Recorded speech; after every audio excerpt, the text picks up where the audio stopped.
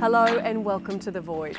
Talk to anyone worth their salt and they'll tell you that the 5 Ps are a necessity when it comes to preparing for a boat trip.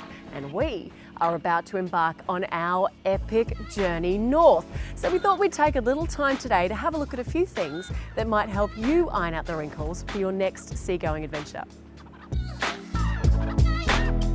The 5 Ps. Prior preparation prevents poor performance.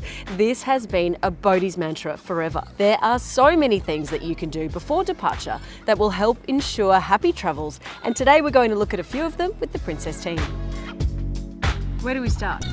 You really want to start 6 months out and have your major stuff done, like your engine servicing, your anti-fouling, your detailing, well before your trip's planned, because you've got to have time to do all the little things as you get closer. So start the big things early, and then as you get closer, you're starting your things like your tender service, your detailing, your provisioning for your boat, and then more importantly, your trip plan.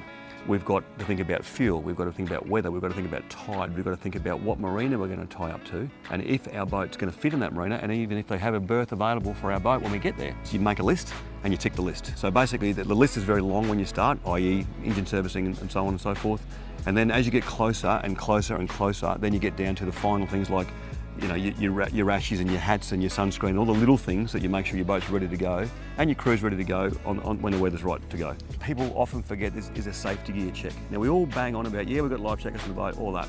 You'll find that your flares have a date on them. Your EPIRB has a date on it. Even your self-inflating life jackets have a date on them. So as we get closer, you really got to fine tune or get down to the fine details. Things like all your bilge pumps, navigation lights, windscreen wipers, shower sump pumps, all need to be checked before you go. Even the most minor thing, for instance, you have a shower and it doesn't drain overboard, really annoying. We have a saying, a chain is only as strong as its weakest link.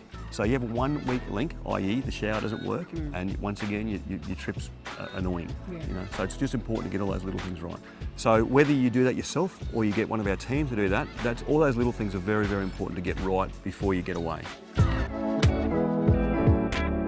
Of course, it goes without saying that many of the things we've looked at here are part of your regular maintenance schedule, and all of them can be looked after by the Princess Yachts Australia team. We've got a junior here from Garmin, who's our Trip North sponsor this year, to give us a bit of a rundown on the latest Garmin touchscreens. It's a pretty intuitive system. When you create your route, you can select your destination. There's an auto guidance feature, which you just press the button, and the system will actually generate and create the route for you. So say, for example, we're heading up to the north of the Straddie here. You simply select your destination, tap on the screen there, and then you get an option on the top here, auto guidance. Once you select that, the system will calculate the safest route and also keep you in the middle of the channel, as well as inside the channel markers as well. So it takes into account your boat parameters, so your safe minimum depth, your safe minimum height, and from there the system will calculate that route for you.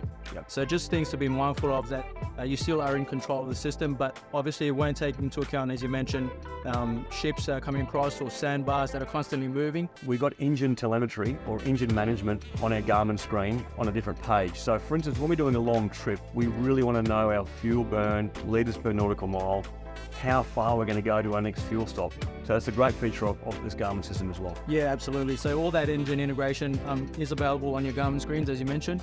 And especially if you're doing long journeys. I'll see on the other screen you've got set up on there, we've got a rear-facing camera and a forward-facing camera, so that obviously we can multi-purpose the screens. Yeah, absolutely, and it's nice to have that integration where you can have eyes around the boat with those cameras. And as mentioned, in the smart modes, you can set up all those cameras as you wish. You can have up to 4 cameras per screen, but just gives you that situational awareness around your boat, gives you that peace of mind as well.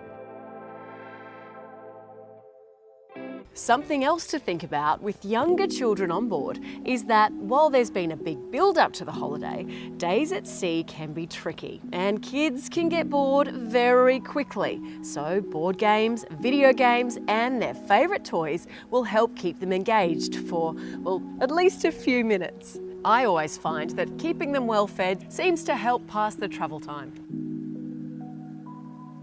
While we've looked at some of the maintenance and mechanical things we will address, there is also the matter of food preparation. A week or so at sea can provide major challenges with no store close by, particularly if you're travelling with a full boat of family and friends. Greg Haynes has been fine-tuning this after a life at sea, and he's come up with a few tips, tricks and hacks that you might just find helpful. Now what I'm going to do today is I'm going to do three things. I'm going to make a mushroom sauce, which you can put on a steak, or you can just heat it up, throw some chicken in, put some pasta in, and you've got a beautiful pasta dish. And also some lamb cutlets, which we're just going to do all this stuff in the cryovac machine, so it lays flat and it packs really easily in your freezer. Got the mushrooms? Just mushrooms, so we'll just chop those up. So we'll saute the mushrooms in a bit of butter, let them reduce down. Then we'll add lots of garlic, lots of pepper, cream, and then that will sort of evaporate and become a really creamy sauce. So this is one of my favourites. I've learnt this one over a few years. What we're doing is we're going to cryovac lamb cutlets with rosemary, garlic, some oil, salt and pepper. They lay flat.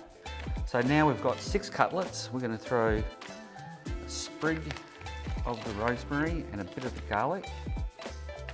And that's it. Now that's ready to vacuum pack. Down. So there you have prepared, marinated.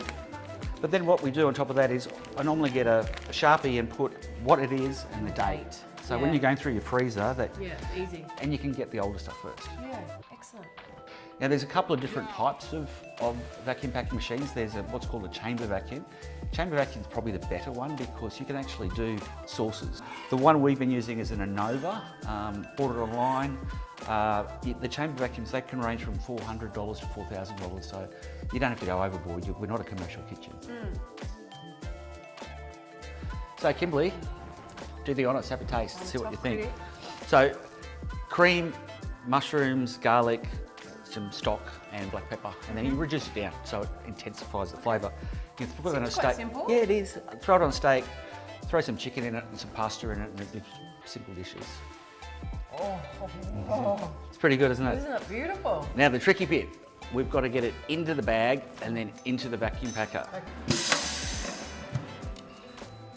So now we've got a sauce. So what we do is when it cool in the freezer, just lay it flat. So now it's only like 5 or 10 mil thick. We've got the steak, the cutlets, the sauce, kids nuggets, so we're ready to head north. So there you have it, some expert advice from two fellas who have plenty of sea miles under them, and I'm pretty sure plenty of mistakes behind them to draw on. That's what they call experience, and that's why we are so lucky to have them to learn from. But before we go, we must ask them both about their biggest stuff up, that one thing they missed or left behind that stays with them to this day. So friends had a house at the bottom of Moreton Island, and we went over there in one of our trailer boats. Sunday afternoon came and we had to head home. We were going back to Victoria Point where we launched the boat with the boat ramp. Halfway home, a friend of mine realised that he'd forgotten the key to the car. So all those little things that you've got to remember. Yeah. So we had to drive back to Coringal, Days Gutter, and the tide goes out there quite shallow.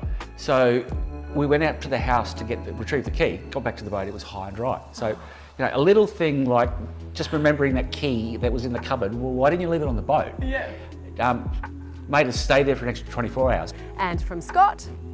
Well, I can laugh about it now, but my biggest stuff up is that a couple of years ago we were at Hamilton Island. We had a big crew of people on the boat. I think we had 12 on for a day trip. And someone at the last minute, unbeknownst to me, ran off to go to the bathroom or get a coffee or whatever, and I left the marina and left someone behind. So luckily, we found out within 5 or 10 minutes of leaving the marina, we left this person behind, and it was a 12-year-old child, by the way, so it's even worse. You were going to say it was your mother-in-law. No, the mother-in-law's fine. But it just goes to show you the importance of the skipper being responsible for your many people on your boat. Well, there you go.